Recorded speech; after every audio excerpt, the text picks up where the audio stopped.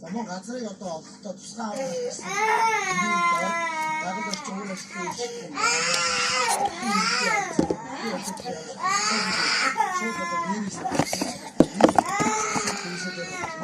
Манай яхаас гэсэн.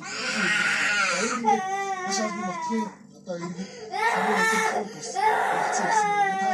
Улгаан амби.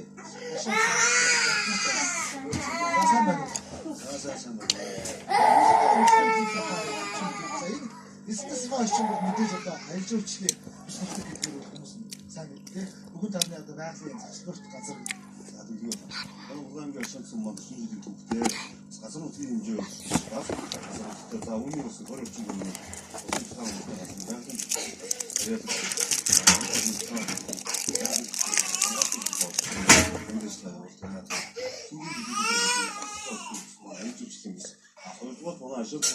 Ганц цуслангийн боловсон. За өнөөдрийн байдлаар улгаан яшин сумд өмнө хав хийгээд 11 ажил хийсэн байна.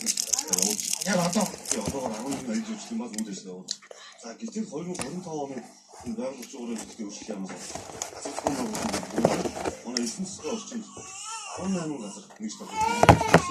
Байгаль орчуулгын хэвлэлийг өөрчлөх юм сайдын шатчихсан. Яжин болдог.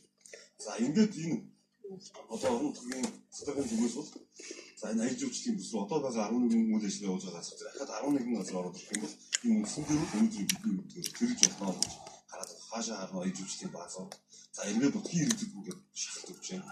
Эргээд энэ дутгийн иргэд аялал жуулчлалын үйл ажиллагаа явуулахад тэрийг бас шахаж байна. Энэ нь улсын орон нутгийн бодлогоор энэ тэр аялал жуулчлалыг дэмжих хөгжүүлэх гэсэн бодолтой байгаа юм байна. Бизнес рагад газар би одоо малад мастай байдаг.